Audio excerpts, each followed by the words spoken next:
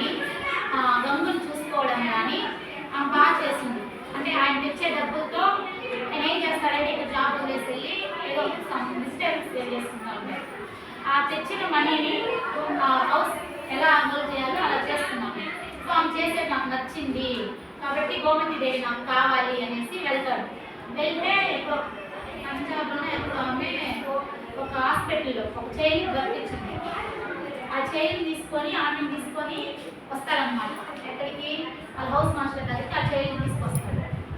తీసుకొచ్చి ఇది నా చైన్లే నేను చూసుకోబోతాను, నాకు గోమతి అంటే నువ్వు పెళ్లి చేసుకొని జస్ట్ 6 months అయ్యింది. సో ఈ 6 months ఎలా బేబీ పుట్టింది కాబట్టి బేబీ కాదు అని చెప్తారు.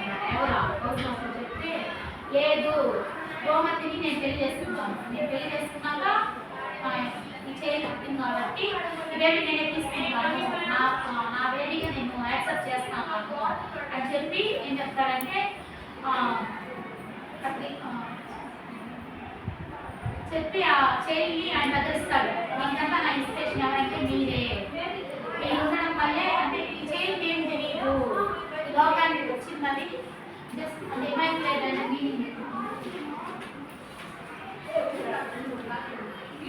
పర్ఫెక్ట్లీ అతిథి అంటే దానికి ఏ పాప తెలియదు కదా.